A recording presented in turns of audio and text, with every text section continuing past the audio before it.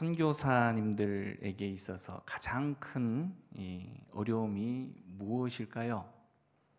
여러분, 다양한 내용이 있을 수 있겠지만 그 어려움 중 가운데 하나는 바로 언어의 문제인 것 같습니다. 선교지의 언어를 습득한다는 것은 사실상 이 선교의 50% 이상을 차지한다고 할 만큼 이 난제 중에 난제겠죠. 우리 주력 선교지인 미얀마 언어, 여러분 눈으로 보면 거의 상형 문자에 가깝습니다. 이게 지렁이가 굴러가는 건지 기어가는 건지 알 수 없을 정도의 그 언어가 기호와 표를 다해서 하나의 표현으로 드러난다는 것, 참 쉽지 않은 일들인 것 같습니다. 이 세상의 언어가 하나라면 사실상 이렇듯 이 복음을 전하기도 굉장히 쉬울 텐데, 하나님께서는 왜 언어를 이렇게 혼잡하게 하셔서 이렇듯 이 복음을 전하는 일, 선교를 하는 일에 이렇게 어렵게 만드셨을까? 오늘 우리가 잘 알고 있는 창세기 11장의 이 바벨탑 사건을 통해서 조금 그 실마리를 한번 풀어가 보자라고 오늘 제시를 해 봅니다. 바벨탑 사건은 이 창세기 1장에서 11장 사이에 기록된 이 네 가지 4대 사건, 다시 말해 천지창조, 인간의 타락, 그리고 대홍수 심판, 그리고 마지막 바벨탑, 이 사건 중에 하나입니다. 이 사건은 이 에덴 동산에서의 최초 범죄 이후에 인간의 본성이 죄로 오염이 되어지고 인간의 깊은 곳에 이 내재하게 되어진 바로 인본주의, 사람 중심주의의 실체와 그 결과를 극명하게 노출을 시키게 되죠. 대홍수 이후에 약 100여 년이 지나 노아의 세 아들의 후손들은 한 언어로 소통을 하면서 당시의 영걸이었던 함의 자손 니므롯을 중심으로 해서 아라랏 산지를 떠나서 생활에 편리한 장소를 찾아서 유랑을 하였습니다. 넓게 펼쳐진 이 비옥한 평야지대인 시날 평지, 이 시날 평지는 당시 여러 곳을 이동하던 유목민들의 눈길을 단번에 끌기에 아주 좋았던 장소였습니다. 이에 고대의 이 종려나무 생산지로 알려진 이곳에서 거대한 성을 쌓아서 강력한 제국을 구축하기를 그들은 꿈꿨습니다. 대규모 도시 건축 공사가 비로소 시작이 된 것이죠. 대홍수를 체험한 인간들은 바로 이곳에서 자신의 명예도 떨치고 또한 하나님을 대항하고자 홍수 때에도 얼마든지 견뎌낼 수 있는 튼튼한 성과 높은 탑을 쌓았던 것입니다.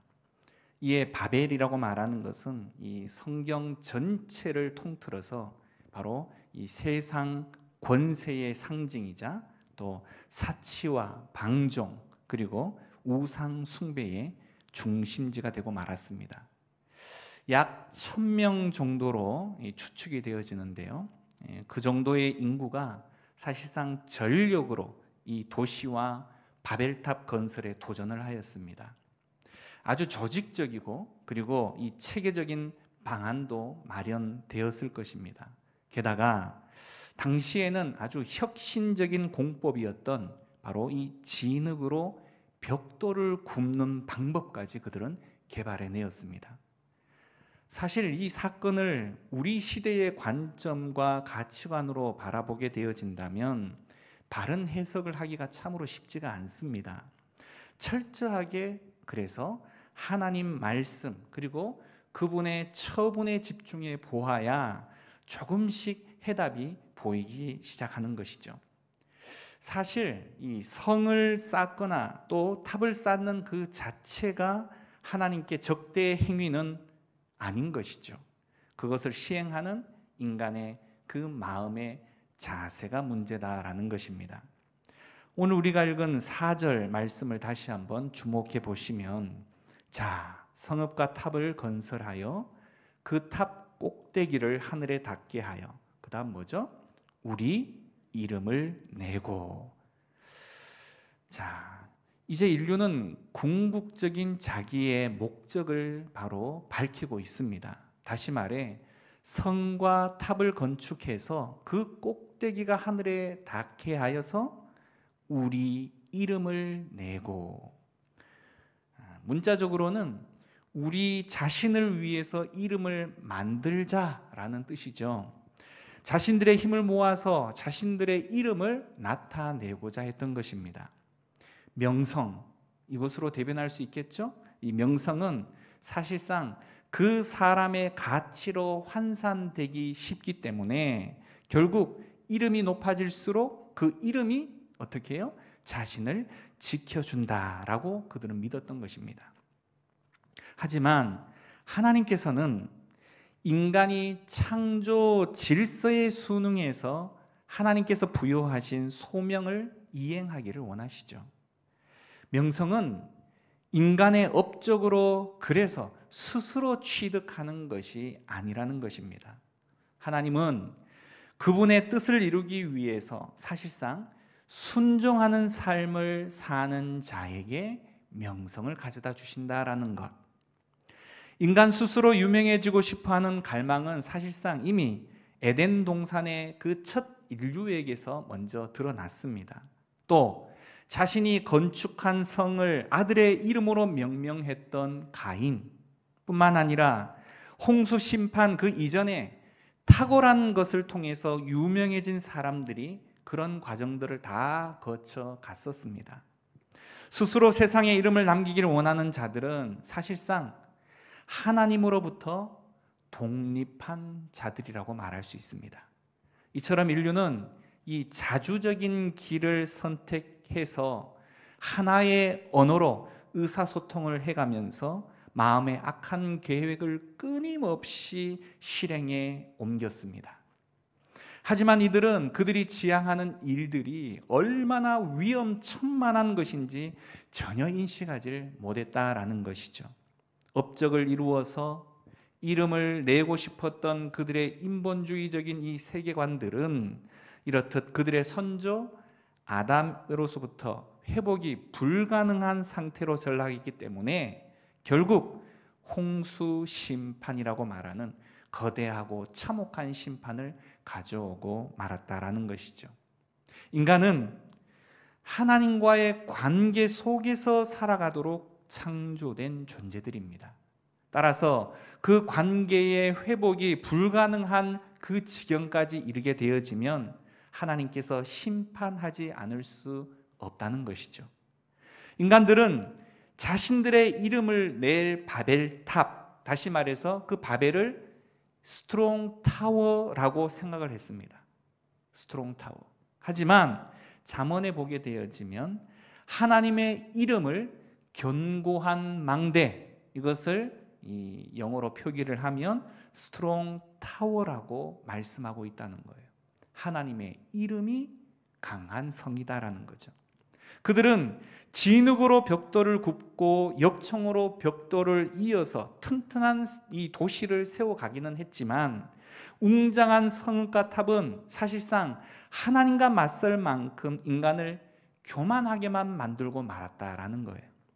스스로 이름을 내려는 그 내면에는 우리 이름의 주도권을 가지고 계신 하나님의 권위를 부정하려고 하는 의도가 내포되어져 있다는 것입니다.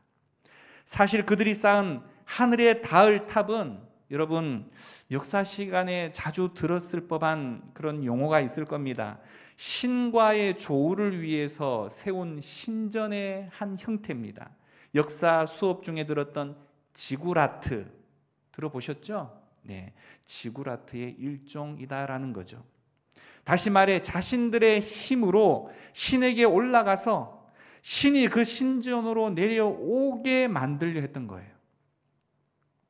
바벨성 건설 이야기는 노아의 홍수 사건 바로 뒤에 나오는 이야기입니다. 결국 홍수 심판으로도 근절되지 아니한 인간의 사악한 죄, 그리고 그 영향력들을 우리에게 잘 보여주고 있다라고 말할 수 있는 거죠. 하나님보다 이 뱀을 선택하는 것을 통해서 인간에게 침투해 들어온 죄, 그리고 그 영향력은 무섭게 발동되기 시작해서 첫사람의 자식들인 가인과 아벨 사이에 형이 동생을 돌로 쳐 죽이는 이 무시무시한 극악무도한 살인 사건으로 나타났습니다. 또 가인의 후손들을 통해서 나타난 이 죄의 문화들은 아벨을 대신한 셋의 후손들의 경건성까지도 집어삼킬 만큼 아주 강력하게 발동되어져서 이 마침내 노아 시대 홍수로 세상을 심판하지 않을 수 없을 만큼 그 죄의 세력은 모든 사람들과 그리고 그들의 문화를 정복하고야 말았던 것입니다. 결국 홍수는 그래서 단순히 모든 인류를 쓸어버리는 것에 대한 내용들로 이해되는 것이 아니라 정화, 거룩을 의미하게 되어지는 겁니다. 그 홍수 이후의 인류는 그런 의미에서 존재 자체가 여호와 하나님의 크신 경륜이라고 말하는 것을 드러내는 것이죠. 하나님은 홍수로 정화된 세상에서 이제 새롭게 인류가 창조 때 받았던 소명을 제대로 좀 이행을 하고 그들의 존재의 목적이었던 생육하고 번성하여 땅에 충만하고 땅의 모든 내용들을 다스리게 하기 위해서 인류를 새롭게 다시금 번성케 해 주신 복을 허락했습니다.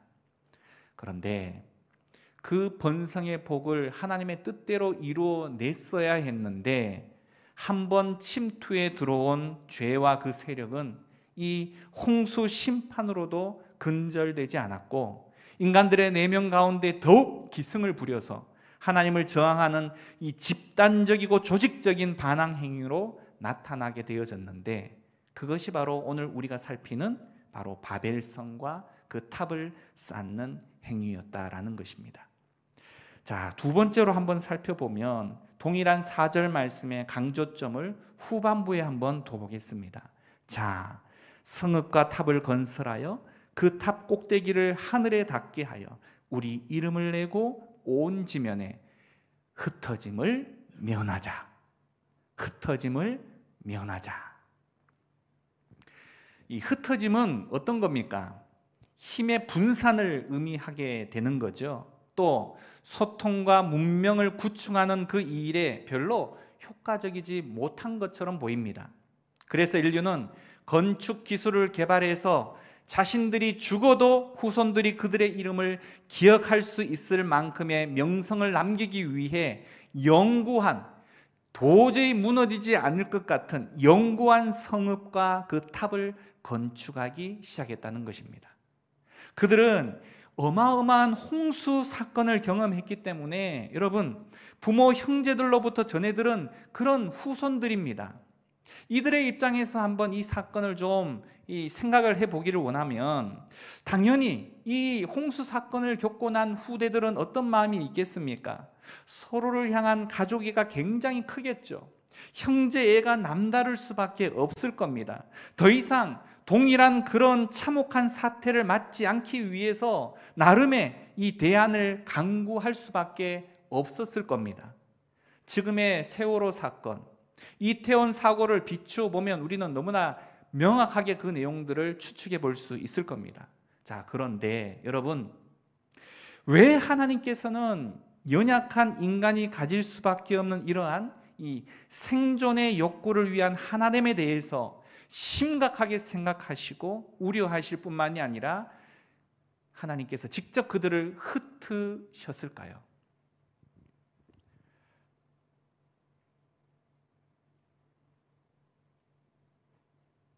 생각할 시간을 드리는 겁니다. 왜 그러셨을까요? 이는 사실 궁극적으로 인류에게 초반에 말씀드렸던 창조주께서 부여하신 소명, 생육하고 번성하여 땅에 충만하며 하나님의 대리인으로 다른 피조물들을 다스리는 그 통치권을 이행하기를 자기들끼리 몰려 사는 것으로 기뻐하고 자기들끼리만 행복하고 자기들끼리만 이름을 내는 것으로 만족하는 그들이었기 때문에 하나님의 원래의 목적과 비전과 뜻을 이행하는 데는 전혀 관심을 두지 못한 것이 문제였다는 것입니다. 이러한 방법은 비단 바벨탑 사건에서만이 아니죠. 결국 흩어짐을 통해서 그 사명을 이루어가게 하시는 하나님께서는 신약시대에도 동일한 사건을 벌이십니다. 어떤 일일까요? 신약시대에 교회의 핍박을 하나님께서 허락하셔서 위대한 예수님의 제자들이 머물기를 원했던 예루살렘 교회만 빼곡히 모여있는 그 무리들을 핍박을 통해서 그들을 사방으로 흩어버리셨던 것입니다. 그래서 그 당시는 왜 예수를 온전히 잘 따르고 믿는 자들을 이렇게 핍박하시는지 아무도 그 뜻을 잘 알지 못했지만 2000년이 지난 지금 전 세계의 교회는 세워지게 되어졌고 그 흩어짐을 통해서 지금 우리도 이 자리에 주를 믿는 성도의 한 삶으로 그렇게 서 있는 것이죠. 그런 측면에서 바벨탑을 쌓고 또 흩어짐을 면하려던 이들의 계획은 사실상 하나님의 애초의 계획과는 전혀 달랐기 때문에 행하셨던 하나님의 징계였음을 우리는 알 수 있습니다. 자, 한 걸음 더 나아가서 인간들의 바벨론 건설은 먼저 이 물로 심판하지 않겠다라는 하나님의 약속에 대해서 그들은 신뢰를 하지 못했던 것입니다. 결국 불신으로 인해서 그 탑을 쌓게 되어졌다는 것이죠. 자신들의 방법으로 하나님의 저주와 심판을 무용지물로 만들어 버리겠다라고 말하는 이 무례하고도 패역한 행위가 되고 말았다는 사실입니다. 그렇다면 이들의 계획이 얼마나 어처구니 없는 계획인지 우리는 너무나 잘 아실 줄 압니다. 결국 그들은 스스로의 힘으로 하늘에 닿아서 하나님처럼 행복하게 살아보겠다라고 말하는 이 시도를 한 것이고 하나님과는 전혀 상관없는 자신들만의 나라를 세우려고 한 것이 되고 말았다는 것이죠. 여러분, 이들을 향해서 가만히 행위들을 살펴보면 과연 우리들도 이들과 비슷한 행동의 삶을 살아가고 있지 않은지 돌아볼 일이라는 거죠. 얄팍한 인간의 깨와 노력으로 사실상 하나님처럼 높이 올라서 하나님처럼 행복하게 살아가려고 하는 수많은 우리들의 안간힘들, 각각의 나름의 바벨탑들이 있을 수 있다는 겁니다. 여러분들은 얼마나 높이 현재 쌓아가고 계신 중이십니까? 최고의 재료, 견고한 시공법, 빈틈없는 설계도와 숙련된 기술자가 동원된다 해도 사랑하는 여러분, 인간의 힘으로는 도저히 하늘에 닿는 성을 건축할 수는 없습니다. 밤낮 쌓아 올렸지만 하나님께서 보시기에 얼마나 작고 보잘것없는 성이었을까요? 그 탑이었을까요? 성경은 5절 말씀을 가만히 보시면 하나님께서 그 성읍과 탑을 보시려 어떻게 해요? 지상으로 내려오셨다라고 표현하고 있습니다. 하나님께서 굳이 올라가시고 내려오시고 하실 필요가 있으신 분이십니까?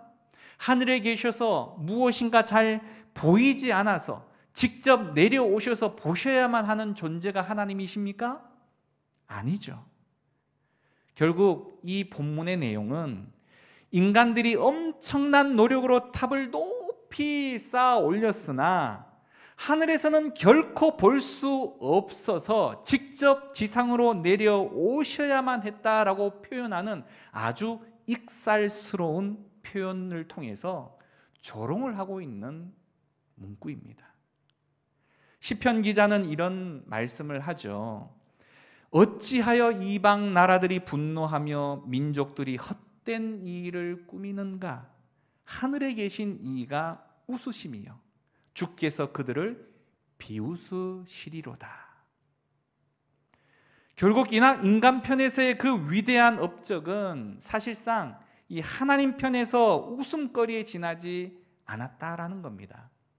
우리가 제 아무리 하나님 없이 발버둥을 쳐봐도 우리 스스로 보기에는 무엇인가 있는 것처럼 보이고 세운 것처럼 보이고 대단한 것처럼 보인다 할지라도 하나님께서 보시기에는 조롱거리밖에 되어지지 않는다는 겁니다. 하나님의 위대하심을 간과하게 되어질 때 늘 이렇듯 인간 스스로 교만하게 만들어서 자신의 한계를 망각하게 만드는 것입니다. 우리의 노력과 애씀의 방향이 이렇듯 하나님 없는, 하나님과 관계없는 잘못된 길로 나아가게 되어질 때 이렇듯 동일한 결과를 맞이할 수밖에 없다라는 사실, 여러분 명심하고 또 명심해야 할 일이에요. 여러분은 지금 하나님과 동행하고 살아가고 계십니까? 하나님과 함께 하고 계십니까? 하나님이 원하시는 그 뜻의 삶을 살아가고 계십니까? 그렇지 않다면 여러분은 현재 잘못된 길을 가고 계신 것이고, 멀리 가면 멀리 갈수록 되돌아와야 하기 때문에 더 힘겨울 수밖에 없는 삶을 살아가고 계신 것입니다. 하나님께서는 인간의 헛된 망상과 도전을 도저히 좌시할 수 없으셨던 모양입니다. 따라서 하나님께서는 이들을 강제로 흩기로 결정을 하시죠. 인류가 홍수 심판을 초래했던 상황까지 이르지 못하도록 하나님이 친히 개입을 하신 것입니다. 사랑하는 여러분, 때로 우리가 당하는 징계들, 왜 이런 사고가, 왜 이런 상황이, 왜 이런 형편이라고 말하는 이런 징계는 사실상 오늘 이와 같이 더 큰 죄악으로 달려가는 우리를 그 자리에서 멈춰서게 만들고 자신을 돌아보아서 이제는 방향 전환을 가져오게 만드는 하나님의 은혜의 선물일 때가 얼마나 많은 줄 모릅니다. 자, 우리가 내려가서 거기서 그들의 언어를 혼잡하게 하여 그들이 서로 알아듣지 못하게 하자. 7절 말씀이 이야기하고 있습니다. 여러분, 만일 의사소통이 불가능하면 어떤 계획도 이룰 수가 없습니다. 하나님은 의사소통을 불가능하게 만드실 뿐만이 아니라 그들을 흩으셨습니다. 비로소 도시건축이 중단되었습니다. 죄와 그 영향력의 지배를 받아서 집단적으로 하나님을 대항한다고 해도 사실상 인간의 도모들은 결코 하나님의 계획을 저지시킬 수가 없습니다. 하나님은 인간들의 어리석은 하나됨과 이 반역의 음모를 도리어 자신의 궁극적인 승리를 위한 예비 단계로 삼으셨습니다. 따라서 언어의 혼잡, 인류의 분산은 사실상 심판이자 하나님의 긍휼인 것이 맞습니다. 홍수 심판으로도 죄가 없어지지 않고 오히려 죄의 극치를 이룬 바벨탑 사건에서 하나님께서는 어찌 보면 홍수보다 더 참혹한 재앙과 그보다 더 큰 심판을 내리실 수도 있으셨겠지만 하나님은 그저 언어를 혼잡케 하신 것만으로 인간들의 도모를 멈추게 하시고 선한 뜻을 이루게 만드셨다는 사실, 여러분 이것이 인간 편에 얼마나 놀랍고 하나님의 긍휼인지 여러분은 아십니까? 때로 우리가 경험하게 되어지는 수많은 징계들 가운데에는 우리가 지은 죄에 비해서 굉장히 경미한 징벌들을 경험할 때가 있습니다. 그것으로 인해서 우리는 때로 불만과 불평을 쏟아 놓을 수 있지만 그보다 하나님께서 더 큰 징벌로 나에게 참혹하게 다가왔다면 어떻게 되었을까? 정말 따끔한 콩구멍이 날 만한 그런 징벌을 통하여 내가 완전히 바닥에 주저앉지 않게끔 한 것만으로도 우리는 감사할 수 있어야 한다는 겁니다. 인간의 제약은 오직 하나님의 특별하신 구원의 개입이 있어야만 이렇듯 비로소 멈출 수 있을 만큼 그 죄 자체가 가져오는 참혹상은 이루다 말할 수가 없는 겁니다. 그래서 죄는 흉내조차도 내지 말라고 하는 거예요. 이 사실은 이미 창세기 3장 15절에서 약속하신 구원자, 여자의 후손을 보내시는 것을 통해서 이루실 것을 예언하셨습니다. 인간 죄악의 극치를 보여주는 창세기 11장에 이어 여러분 한 장을 넘기면 12장에 갑자기 아브라함이라고 말하는 한 사람과 그 가족사 이야기가 등장하게 됩니다.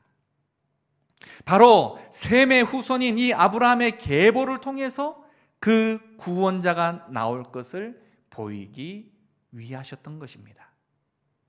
그리고 그분을 통해 인류에게 진정한 구원의 등불을 밝혀 가실 겁니다. 결국 구원의 치밀하고도 이 장구한 계획은 에덴 동산에서 아담과 하와를 추방하면서부터 홍수로 못쓰게 된 세상을 심판하신 것, 또 신할 평지에서 인간의 야망이 이루어지지 않도록 친히 개입하신 것까지 하나님께서 인간을 위해서 더 원대한 계획을 가지고 이루시는 하나하나의 구원의 과정이셨다라는 겁니다. 그 하나님의 구원의 과정은 지금도 지속되어지고 있고 이 세계뿐만이 아니라 나 개인의 인생사까지도 일일이 개입하셔서 지금 진행하고 계신다라는 겁니다. 인류가 명성을 날리기 위하여 건축한 도시에 붙여진 이 바벨, 여호와 하나님에 대한 반역을 말하는 것이고 좌절된 인류의 이 원대한 꿈을 기념해서 하나님으로부터 멀리 떠난 인류의 어리석음을 보여주는 바로 그 단어가 바로 바벨이라는 겁니다. 인간은 하나님 의존적인 존재로 창조되었음을 잊지 마셔야 합니다. 우리는 스스로 무엇인가 될 수 없는 존재예요. 애초부터. 또한 우리를 구원하신 하나님의 목적 그 자체도 우리가 그분과의 인격적인 관계 속에서 살아가게 하시기 위해서 우리를 다시금 구원하셨다라는 사실 잊지 마셔야 합니다. 결국 신할 땅에 모인 사람들의 언어를 혼잡게 하셔서 흩어버리신 것은 이렇듯 징계임과 동시에 끊임없이 우리 스스로의 길을 만들어내려고 하는 그 강력한 욕망에서 우리를 구출하기 위한, 또 우리를 통해서 악을 저질러서 이 세상을 참혹한 전쟁터로 폐허로 만들어버리지 않도록 세상을 보존하시려고 하시는 은혜로운 하나님의 조치셨다라는 거예요. 바벨탑 사건 그 가운데에 담겨진 의미입니다. 그래서 하나님은 인류를 흩으신 이후에 창조시에 세우신 그 계획을 하나씩 다시금 이루어 가십니다. 실제로 언어가 막 흩어지고 섞이자 성삭기를 포기한 인간들이 드디어 여기저기 흩어지기 시작을 합니다. 결과적으로 온 땅에 퍼져서 충만하고 번성하는 계기가 마련되었다는 것입니다. 또 다른 한편으로 생각을 해보면 여러분, 만약 하나님께서 바벨탑 이 건설하는 것을 그저 묵인해 주셨다면 어떤 일이 벌어졌을까요? 자기 마음대로 성을 막 쌓고 탑을 막 쌓게 그냥 내버려 두셨다면 어떤 일이 벌어졌을까요? 실제 상당히 높이 탑을 쌓았을 것으로 추측이 됩니다. 자축하게 되겠죠. 축하를 하고 잔치를 하고 행사를 벌였을 것입니다. 그런데 그것으로 좋겠을까요? 아니요. 이들은 절대 바벨탑 1호에 만족하지 못했을 겁니다. 무슨 말입니까? 자신들의 축적된 경험을 바탕으로 더 웅장하고 더 크고 더 높은 바벨탑 2호만으로 그쳤을까요? 3호, 4호, 5호. 여러분, 탑만 쌓겠습니까? 바벨탑에 이어서 신도시 2호, 신도시 3호, 신도시 4호 끊임없이 쌓고 건축하고 또 이런 역사들이 끊임없이 이루어지는 동안 인생의 모습은 어떨까요? 참된 쉼은 찾아보기가 어려워질 것입니다. 안식은 찾아볼 수가 없습니다. 하나님께서 거하실 초소는 점점 사라지게 되어질 것입니다. 하나님을 잊어버리고 하나님 없이 우리 스스로의 힘으로도 얼마든지 살아갈 수 있다라는 자신감, 교만, 상상을 초월할 정도로 우와, 우리가 힘을 합치니 이런 힘과 이런 능력을 벌일 수 있네. 이 담합의 모습으로 인류는 점점 하나님마저 놀라게 할 만큼 악을 쌓아가고 또 쌓아가게 되어질 겁니다. 그래서 창세기 8장에 보면 사람의 마음이 계획하는 바가 어려서부터 악하다라는 것을 아시기에 라는 말씀이 있습니다.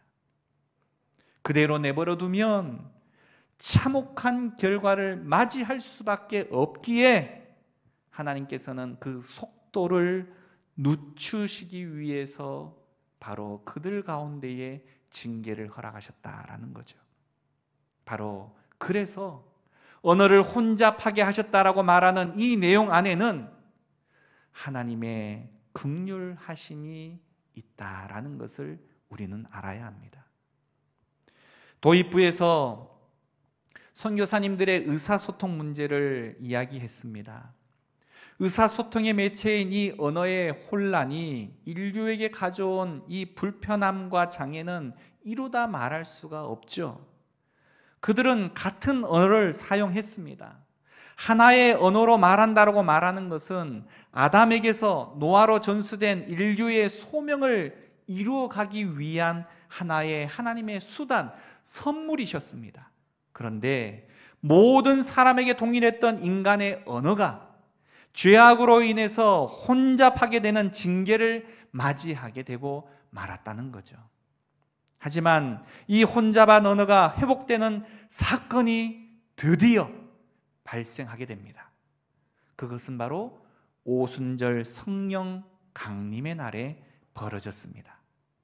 사도행전 2장에 보시게 되면 오순절에 성령님이 인간에게 부어지고 내주하시게 된 외적인 그 현상으로 그 현장의 사람들이 모두가 다 방언을 말하게 되고 세계 각처에서 온 사람들이 각기 자기 나라 말로 이 방언을 알아듣게 되는 사건이 벌어집니다. 이는 바벨탑 사건에서 혼잡게 된 이 언어의 징계가 풀어지는 사건이자 예수 십자가와 부활의 복음을 말하는 모든 곳에서 인간의 모든 죄악과 저주가 풀어지게 되어지는 놀라운 역사가 있을 것을 알려주는 선포적인 사건이 되었다라는 겁니다. 따라서 오늘 말씀에서 보여주는 이 바벨은 구원자가 이 땅에 오시는 그날까지 마치 저주의 마법에 묶인 것처럼 되어 그날의 도래를 기다리는 사건, 주님이 오시면 그 언어도 다 풀어지게 되어진다라는 사실, 그 언어조차도 우리 주님을 기다리고 있다라는 사실을 우리는 알 수가 있는 것이죠. 사랑하는 여러분, 하나님처럼 되고자 하는 이렇듯 오늘 이 바벨탑 사건과 같이 인간의 이 뿌리 깊은 욕망, 이것은 쉽게 사그라들지 않습니다. 아담으로부터 시작되어서 지금 우리 한 사람 한 사람에게까지 힘이 없다고 이 욕망이 없을까요? 돈이 없다고 이 욕망이 없을까요? 건강이 없다고 이 욕망이 없을까요? 각각의 나름의 이 인간 본성 스스로의 이 욕심과 이 갈망은 누구나에게나 다 잠재되어져 있는 죄악의 모습입니다. 하나님을 배제하고 인간 왕국을 건설하고자 하는 이 시도들은 어느 시대이든 간에 끊임없이 이뤄왔던 것이 사실입니다. 자기 생존의 기반을 구축하고 스스로 영원한 생명을 획득하려고 하는 이 망상, 이 또한 시대를 거듭하며 계속해서 지속되어 왔던 부분입니다. 그래서 바벨은 인간 정신이 극대화된 불신앙의 세계이자 하나님을 대항하는 인간들의 나라요, 세상 영광의 중심지라고 말할 수 있습니다. 하나님을 떠나서 구축한 모든 인간 문명이 직결되어지는 곳, 유례없는 번영과 부를 누리며 극도의 향락을 경험하는 곳, 위장된 평화로 세상 사람들을 불러 모으는 그곳이 바로 바벨이다라는 겁니다. 결국 인간은 내 능력, 내 힘, 내 지혜, 이것으로 영원한 제국을 만들고 스스로 그곳에서 하나님이 되려고 한다는 것입니다. 하지만 성경은 요한계시록, 다시 말해 하나님이 다시 오실 그날에, 우리 주님이 다시 오실 그날에 큰 성 바벨은 반드시 무너지게 될 것이고 세상의 왕들은 그 시에 모두가 울음바다가 되어지고 말 것이다 라고 말하고 있습니다. 그래서 성도는 수많은 그 미혹에서 취하지 말아야 하고 거룩한 행실, 경건함으로 온전히 주님이 다시 오실 그날을 기다릴 수 있어야 합니다. 우리는 끝없이 높으신 하나님을 묵상하는 것을 그치는 그 순간 하나님 없는 성공, 하나님 없는 번영, 하나님과 관계없는 안전을 향한 쉼 없는 고된 그 노동 가운데로 내몰리게 됩니다. 지치고 힘들고 피곤하고, 그리고 보잘것없는 그 성취에 취해서 스스로 자만하게 되는 그런 일들이 벌어지게 되고 만다는 사실입니다. 사랑하는 여러분, 지금 이 순간에도 인류는 또 다른 바벨탑들을 건설하고 있습니다. 그리고 쌓아 올려지는 그 탑을 바라보면서 어떤 이들은 그저 부러워하기도 하고, 또 어떤 이들은 그 일에 내가 동참하지 못했담으로 인해서 뒤처지거나 낙오자가 되지는 않을까 우려하기도 하고, 그 허망한 바벨탑 쌓기에 끊임없이 매달려서 자신의 인생 전체를 단 1분 1초도 쉬지 못하고 그렇듯 허덕이며 살아가는 인생들이 얼마나 많은지 모릅니다. 이런 유혹과 위협 앞에 믿음의 사람들이 당당히 맞설 수 있는 유일한 비결은 용기가 필요합니다. 믿음의 용기가 필요합니다. 하나님의 역사, 세상의 주관자 되시고 주인 되시는 그 하나님을 철저하게 신뢰하지 못하면 우리는 수시로 이렇듯 흔들릴 수밖에 없습니다. 내가 잘못된 길을 가고 있는 건 아닌가? 내가 뒤처지는 것은 아닌가? 끝없이 비교해가면서 스스로에 대한 모습을 힘겨워하고 만다는 거죠. 이 시간 오늘의 말씀을 가만히 묵상하며 함께 기도하기를 원하는데요. 여러분, 이 시간 하나님이 여러분 바라보고 계시는 줄 아시죠? 그렇다면 여러분 스스로 한번 하나님 앞에 고백하기를 원합니다. 여러분의 바벨탑은 무엇입니까? 아유, 나는 아니에요. 나는 없어요. 정말 그럴까요? 성공을 꿈꾸고 나름의 부를 꿈꾸고, 아유, 목사님, 저는 그런 거 구하지도 않아요. 그저 건강만 하면 돼요. 때로는 그 건강마저도 아무것도 아닌 것처럼 보여지는 그 건강해지고자 하는 그 건강마저도 바벨탑이 될 수도 있습니다. 명예입니까? 명성입니까? 아유, 목사님, 저는 다 필요 없어요. 그저 내 자식 새끼들만 그냥 좀 잘 됐으면 좋겠어요. 때로는 그 자식도 바벨탑이 될 수 있습니다. 하나님 없는 아니, 하나님의 뜻과는 전혀 관계없는 나의 욕심을 이루기 위해 하나님의 이름과 능력을 끌어다 쓰려는 악하고 악한 모든 생각과 의도에서 빚어진 기도,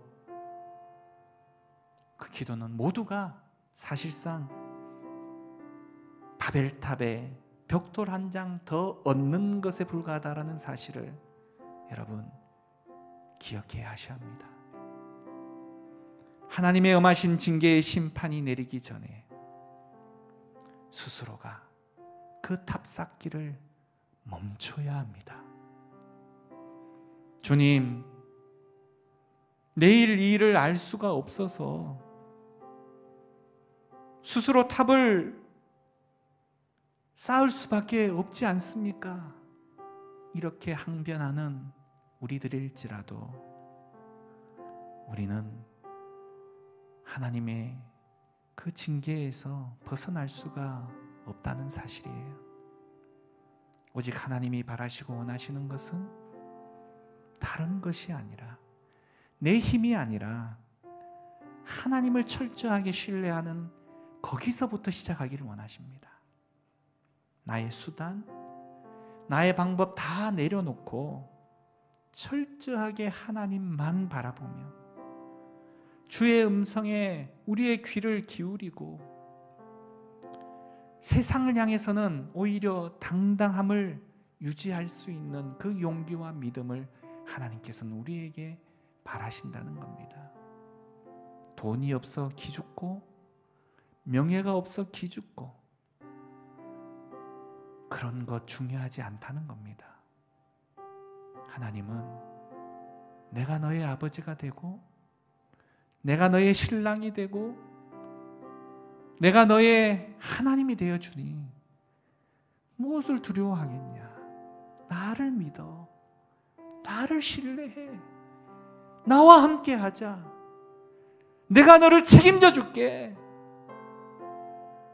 끊임없이 말씀하고 또 말씀하시는데 우리는 그 음성보다는 눈에 보이는 세상 바벨탑에 더 많은 시선을 빼앗겨 버리고 스스로가 불안해하고 스스로가 힘겨워 한다는 거죠. 사랑하는 여러분, 이 시간 한번 기도하기를 원합니다.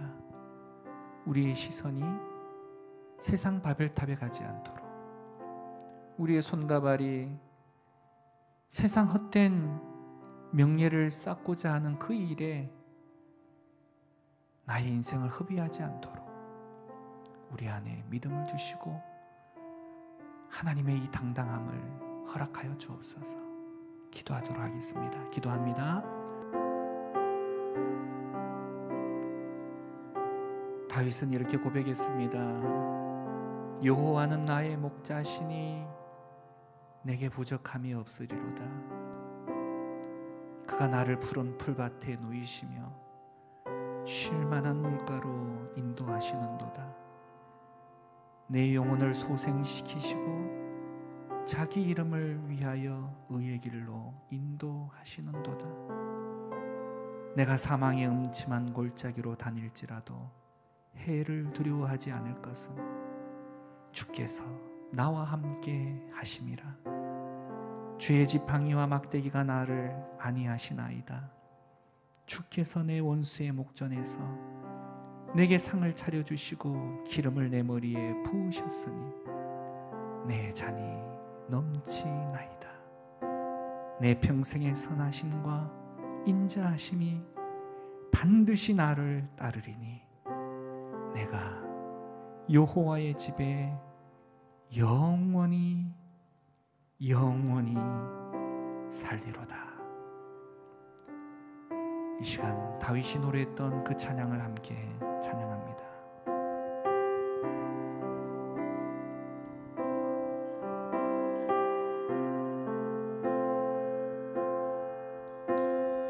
그는 나의 주 아버지, 내 영혼을 불밭에 누이시고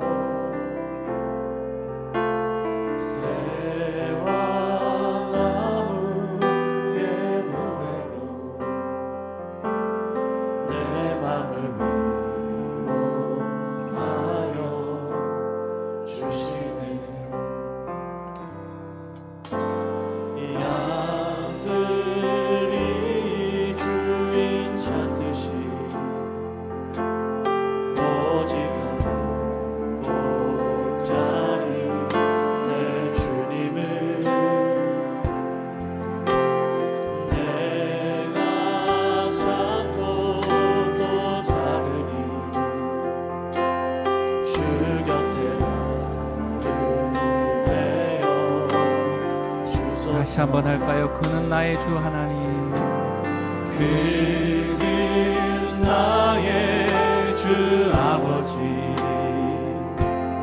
내 영혼은 그 밭에 누이시고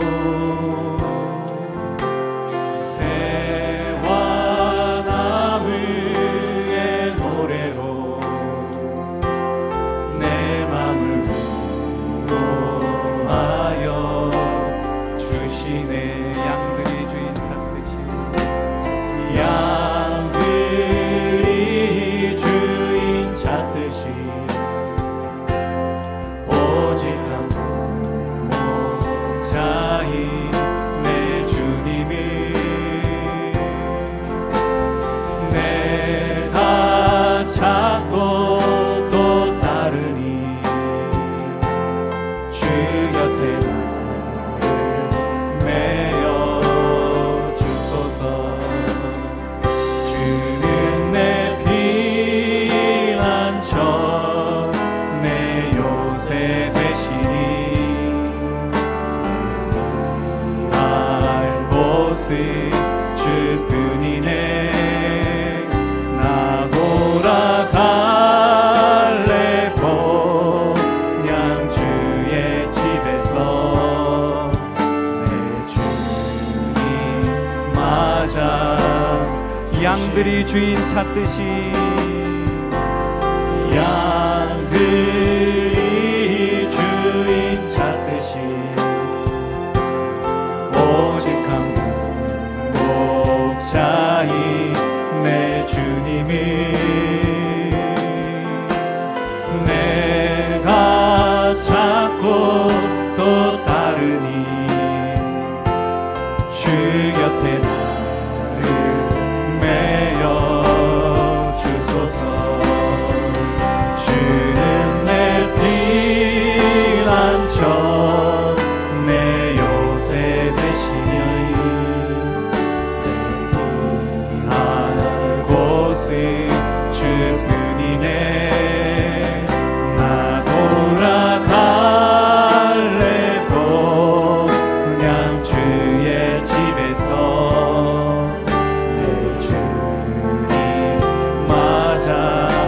주는 내 피난처, 주는 내 피난처 내 요새 되시니 내 피할 곳은 주뿐이네. 나 돌아갈래 그냥 주의 집에서 내 주님 맞아 주시리. 사랑하는 여러분, 사랑이 무엇입니까? 감사라고 말하는 것이 무엇입니까? 조건이 필요 없는 것이 아닙니까? 사랑하는데 무슨 조건이 필요하죠? 감사에 무슨 조건이 필요합니까? 우리는 언젠가부터 하나님을 생각을 할 때 너무 많은 우리 편에서의 조건을 따질 때가 많은 것 같습니다. 이미 하나님께서는 줄 것을 이미 다 주셨어요. 우리를 창조하셨죠? 우리를 구원하셨죠? 우리를 이 자리까지 인도하시지 않습니까? 무엇을 더 주셔야 감사하고 더 주셔야 사랑하겠다라고 말하고 있습니까? 우리는. 여러분, 오늘 이 저녁 아무 조건 없는 사랑을 한번 고백하길 원합니다. 하나님을 아무 조건을 달지 않고 감사를 고백할 수 있었으면 좋겠습니다. 앞으로도 우리의 삶 가운데에 조건을 내걸지 않고 그분을 따를 수만 있다면 우리는 어떠한 유혹 가운데에서도 넉넉히 이길 줄 믿습니다. 이 시간 기도할 때요, 여러분 가장 순수한 마음으로, 여러분 사랑을 해보셨습니까? 사랑 앞에 내가 정말 그 사랑으로 하나님을 사랑하듯 하나님의 이름을 불러가며 여러분의 사랑을 고백할 수 있는 시간이길 원합니다. 감사를 고백할 수 있는 시간이길 원합니다. 기도하겠습니다. 아버지, 나의 아버지 되신 하나님 사랑합니다. 나의 아버지 되신 하나님 찬양합니다. 하나님 감사합니다. 감사합니다. 감사합니다. 감사합니다. 감사합니다. 주님 내 피난처 내 요새 되시니 내 곳은 주뿐이네. 나 돌아갈래 그냥 주의 집에서 주님 맞아 주신 주는 내 피난처, 주는 내 피난처 내 요새 되시니 내 피할 곳은 주뿐이네. 나 돌아갈래 그냥 주의 집에서 내 주님 맞아 주시니.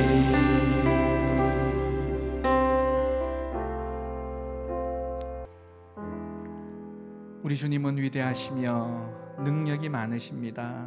그의 지혜 무궁하시고 그분의 인자는 영원하시죠.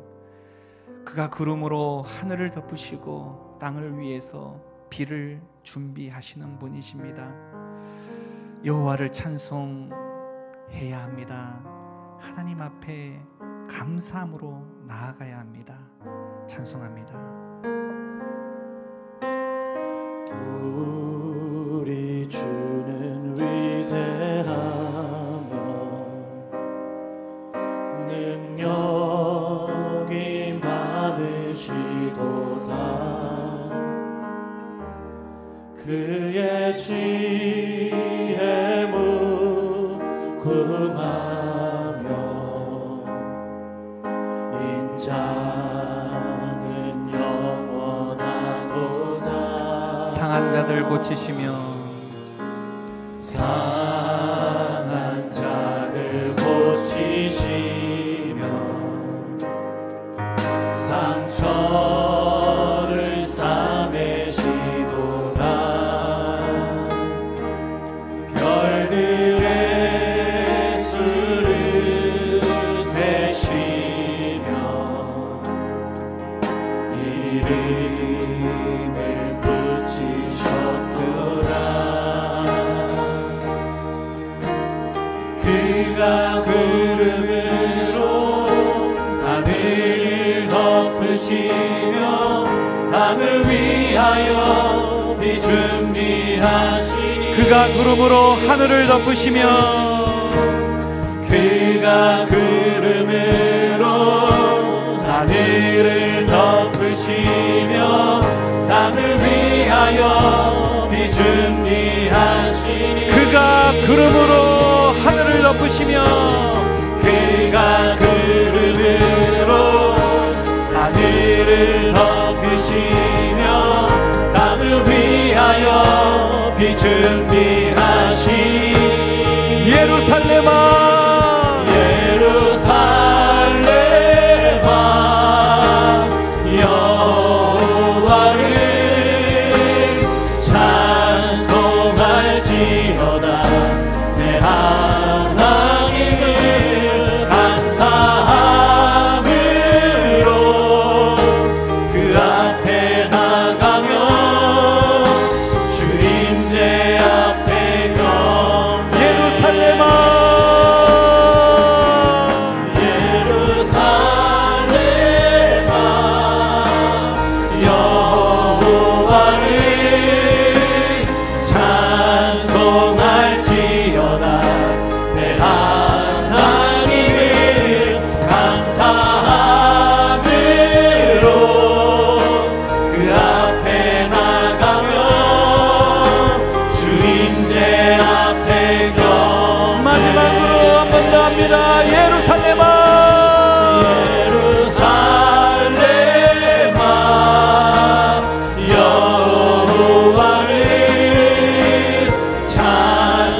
찬송할지어다.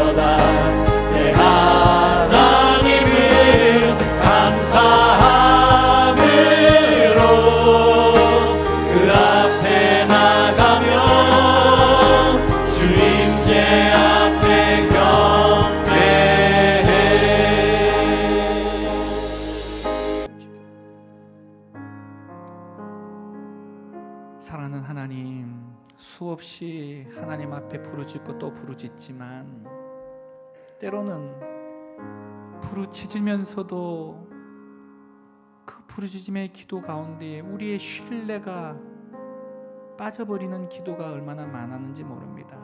기도하고도 내가 믿지 못하고, 기도하고도 내가 평안을 취하지 못하였던 수많은 순간들, 하나님 이 저녁은 아니기를 원합니다. 우리가 드린 기도 열매 맺길 믿습니다. 우리가 드린 기도 그 이상의 하나님의 역사가 있을 줄 믿습니다. 우리의 개인과 가정과 교회와 나라와 특별히 선교지 가운데에 하나님의 기적을 일으켜 주옵소서. 특별히 마음을 다해 드린 손길들 기억하여 주시고 그 손길들을 통하여 오병이어의 놀라운 역사 또한 일으켜 주시며 드린 손길 위에 하나님의 만배의 갚으심의 은혜도 있게 하여 주옵소서. 감사드리며 예수님의 이름으로 기도드립니다. 아멘. 우리 주의 약함을 아시는 하나님, 우리를 통해서 이 약한 자들의 기도를 통해서 하나님의 일을 행하시길 원하시는 하나님, 그의 지혜 은혜 베풀어 주옵소서. 약한 자들, 가난한 자들, 힘겨워하는 자들, 하나님의 은혜가 상한 자들 고치시며 상처를 싸매시도다. 별들의 수를 세시며 이름을 붙이셨도다. 그가 구름으로 하늘을 덮으시며 땅을 위하여 비 준비하시니 예루살렘아 여호와를 찬송할지어다. 내 하나님을 감사함으로 주 앞에 나가며 주 임재 앞에 경배해. 예루살렘아 여호와를 찬송할지어다. 내 하나님을 감사함으로 그 앞에 나가며 주 임재 앞에 경배해. 그가 구름으로 하늘을 덮으시며 땅을 위하여 비 준비하시니 그가 구름으로 하늘을 덮으시며 땅을 위하여 비 준비하시니 그가 구름으로 하늘을 덮으시며 땅을 위하여 비 준비하시니 그가 구름으로 하늘을 덮으시며 땅을 위하여 비 준비하시니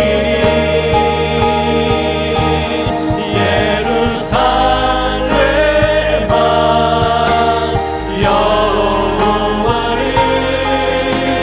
찬송할지어다.